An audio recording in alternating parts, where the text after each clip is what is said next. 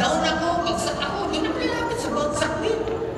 Pag gusto mo na mag-quit, biglang lumilibang isa-isa yung mga kilala mong nag-quit na. Tama mali?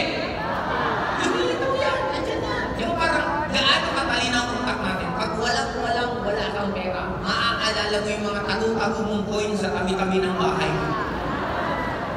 Ganon kaganda ang brain natin. Makikita niya yung gusto mong makita. Kaya kung gusto nyo maging successful, you need to control your brain na ang tingnan nyo yung mga makakatulong sa inyo para maging successful. Clear po ba? Yes! Kaya po ba na ngayon, ang pipiliin natin muna palagi is ang rich mindset. Aatin ng training. Anong problema pag ganitong training? Wala? Masahe. Pera! Wala pang bayad ng ticket, wala pang masahe. Okay. May sitwasyon ka, wala kang pang bayad ng ticket. Dalawa ang pwede mong piliin. Number 1, poor mindset. Anong poor mindset? Wala akong pera eh. Ang daming gastusin eh. Hindi pa nga ako bayad sa hub. Poor mindset. Ano ang rich mindset? Paano ba ako magkakapera?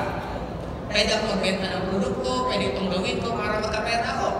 Anong series of chain reaction? Piliin mo, doon tayo muna sa poor mindset, piliin mo, wala akong pera. Masasanay ka po ng gano'n. Sa lahat ng sitwasyon, ano lagi mong sasabihin? Kasi pera eh. Hirap kasi eh. Alam mo, meron na akong na-encounter downline kung gaano kagalit. May training, sabi ko, attend ka. Sabi niya, apply, hindi pa dumarating yung encashment. Sinisisi pa yung encashment. Eh ako pa naman, pag ako tinanong mo, nararamdaman ko minsan yung kausap ko kung nagsasabi ng totoo o hindi. Kasi syempre may mga series of transaction na kayo yan eh. Sabi ko parang patingin nga, kailan mo siya in-encash? Kailan mo siya in-encash? Ang tagal mag-reply. Ang pinakamalapit na reply, apply, i-encode ko palang po pala. Sabi ko, ang sarap mong i-flying kit. Nag-aantay ka ng encashment, hindi mo pa na-i-encode. Ang lupit mo naman. Now, ano ang point ko? You need to choose every single moment ng buhay mo ng rich mindset. Ako, pwede po bang konti lang? Gusto kong palakpakan ko yung mga taga-technocrat dito. Nag-being bias ko. Kasi sabi ko lang naman sa kanila, outlining ng support kasi magtutop ako dito sa Manila. Ang expected ko, magpapaagal lang sila ng mga taga-Manila. And ang dami pong nakita ko na sumakay po ng aeroplano na magbabalikan, umatan lang po dito at uuwi din po bukas. And that's to make me. Paano mag-isip ang poor mindset? Ang poor mindset, sayang ng pamasahe, sayang ng gastos. Paano mag-isip ang rich mindset? Kailangan ko kumita ng mas malaki para sa susunod, mas nakakapunta ako sa mga lugar na gusto kong puntahan. Kasi paano kayo yayaman kung ang isip nyo, takot kayo sa gastusin? Kay Apply Carlo ko narinig, ang motivation ni Apply Carlo, gastusin. Dapat lagi kang may binabayaran para lalo kung nagsusumikap. Kaya sa mga tumatakas sa bayarin, alam mo na, anong mindset mo? Poor. Ano magiging results mo? Poor. Yan ang magiging buhay mo. Clear po ba tayo? Yes! Ang mga nagpapalibre palagi. Poor o rich? Hindi may kapalit kasi yan. Bakit ka nagpapalibre? Kasi walang darating na pera eh. Kaya imbis yung mga mag-join sa'yo parang tingnan, na-cancel. Huwag nang tumuloy dyan kasi ayaw naman niya magbayad. Gusto niya libre. Hindi, libre na siya. Pero walang darating na pera. May isa akong downline ng plan. Ang dami kong grupo, ang sakit sa ulo. After ilang buwan, nag-quit yung mga grupo niya. Nagre-reklamo na naman. Apply, grabe, wala na akong grupo. Sabi ko, ang gulo mo, di ba last month nagre-reklamo ka na marami kang grupo? At binigay sa'yo, tinanggal, di wala ka ng grupo, di wala ka nagre-reklamo. Alam nyo, walang makikitang tama ang taong naghahanap ng mali. At walang magiging mali sa taong naghahanap ng. At lahat ng entrepreneurs, saan sila lagi nakatingin? Sana po may natutunan po kayo sa mga decision making na gagawin mo ninyo. Totoo lang,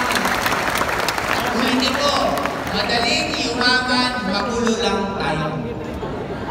Ginagawa natin yung mga bagay na hindi tayo yayaman. Minsan na dapat ang gawin natin yung mga bagay na magpapayaman sa atin. Now, ito lang po, napakasimpleng formula ko sa mga handle ko. Kumbaga, nakakatuwa din kasi once na hinahandlean ko, ito lang ang dinidiscuss ko sa kanila, napakadali. And automatic po talaga, kumikita sila ng sobrang laki in a very short span of time. Kaya tanong, gusto nyo po bang kumita ng sobrang laki ngayong 2025? Number 1, hindi ko to grupo nila, isa? Okay, go for VIP account. Yes! Pinakasimple, i-maximize nyo, makakaranas kayo ng multiple hits, ang tawag ko po sa multiple hits, natural high. Hakbo ng buhay ng networker ang 3 bangga, 4 na bangga. Yes! Kung hindi nyo po naiintindihan ang pinagsasabi ko, tanungin nyo na lang po mamaya ang apply nyo. Sa mga nakaka-relate ng 3 bangga, 4 na bangga, di ba mas effective pa siya sa coffee? Subukan mo, antok na antok ka na. Gusto mo nang matulog, iti-text ka nung downline mo may 3 bangga.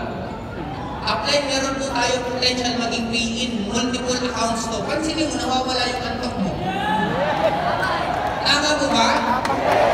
Kasi dati ng offline days, umiikli ang kalsada eh. Apply, okay lang ba may multiple account, isang buong grupo, kaya lang mga 4 na oras yung biyahe papunta. Ano sasabihin ng apply? Hindi, okay lang, malapit lang yan. Natural high ang tawag doon. Kaya dapat iintindihan po natin na napaka-importante ng ganyan kasi ang pagiging successful po, hindi naman po siya sprint. Marathon po ito. Patagalan na tuloy-tuloy yung ginagawa. Kaya ang importante dito dapat, maging way of life yung pag-network. Ano sinabing way of life? Hindi yung ngayong araw ko mag-network ako. Bukas hindi ako mag-network. Hindi pwedeng gano'n. Pag may nakatabi ka at pwede mong invite mo na habang humihinga yan. Kasi alangan naman parang ang empleyado, may nakita kang potential na mag-join. Tapos sabi mo, re-recruitin ko ba ito? Ay, hindi ako na-schedule mag-recruit ngayon. Siguro susunod na lang.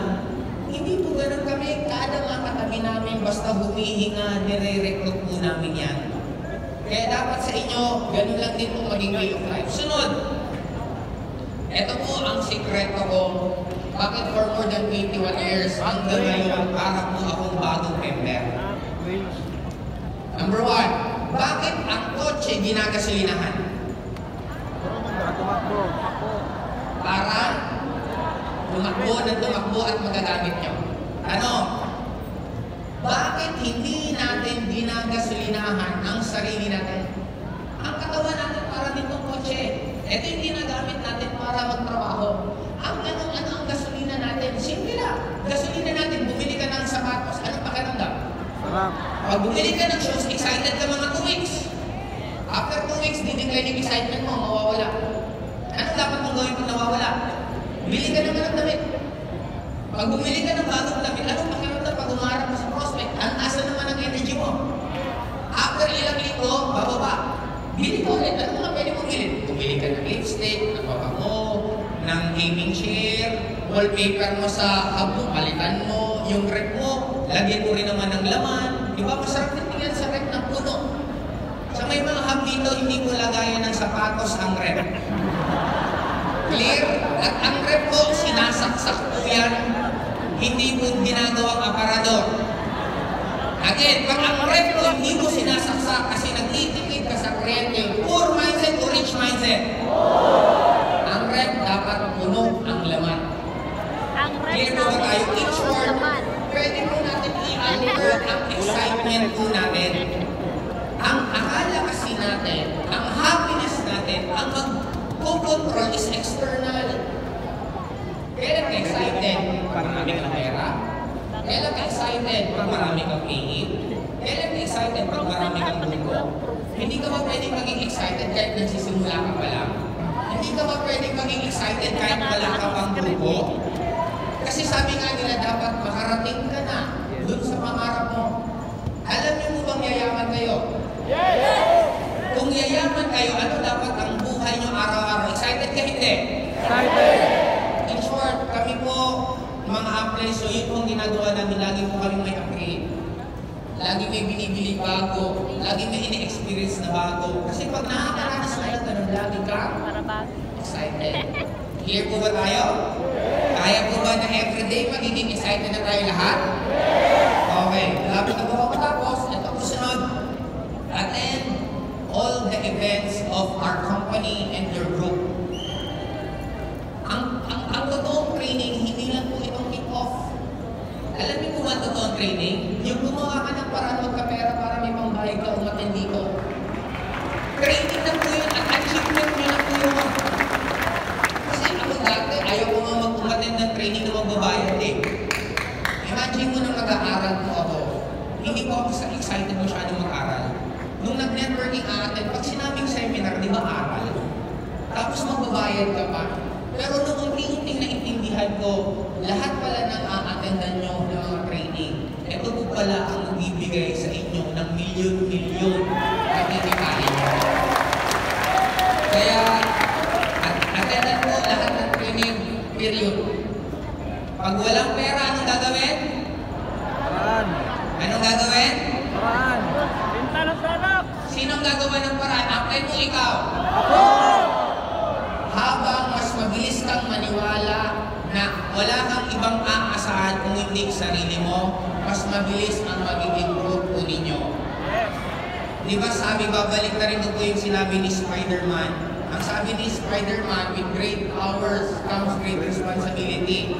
Para sa akin po, with great responsibility comes great power. In short, may top burner na ba sa grupo nyo? Pag wala pa, good news, dapat ikaw na yun. Dapat naniniwala ka na darating ang time sa susunod na event dito, marami ka nang kasama. Yes! Clear po ba tayo? Yes! Okay, now dito po ako matatapos. Sundin niyo po yung tatlong sinabi ko. Anong number 1 na isa? VIP. Sabay-sabay tayo. 1, 2, 3. Ano yun? VIP account.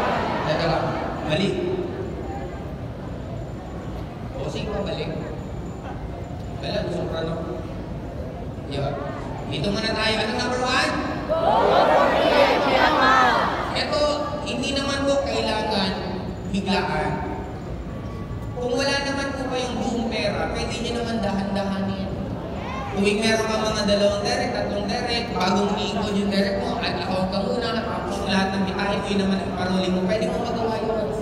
Kaya mo makapag-multiple accounts kahit dahan-dahan, basta importante, mabuo mo yung VIP accounts. Clear? Sunod, dapat nag-upgrade kayo palagi sa sarili nyo. Nagpapalit ka ng sabon, di ba baka ang sabon nyo sa hub nyo, iisa lang, tapos sabay-sabay pa kayo nahihirapan, di ba?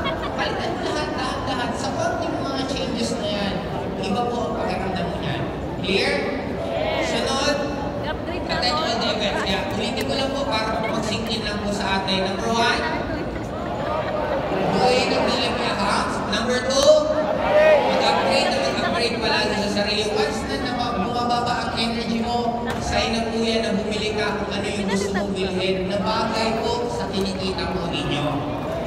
Kasi ang tanong sa amin ng iba, kailangan po ba talagang bumili ako na bumili? Eh bakit ang kotse kailangan gasolinahan palagi? Ganun din po katawan natin. And lastly, number 3, umattend sa lahat ng okay.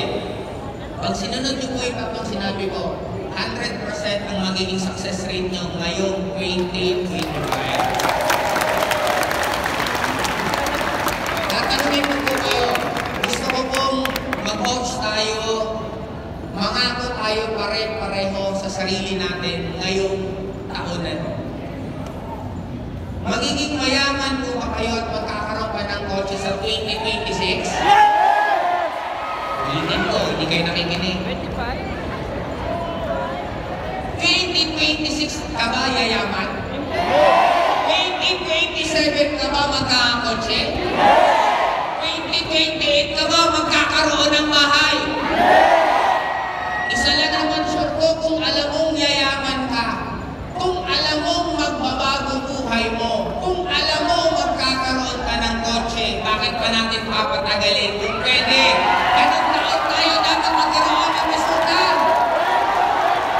Anong taon?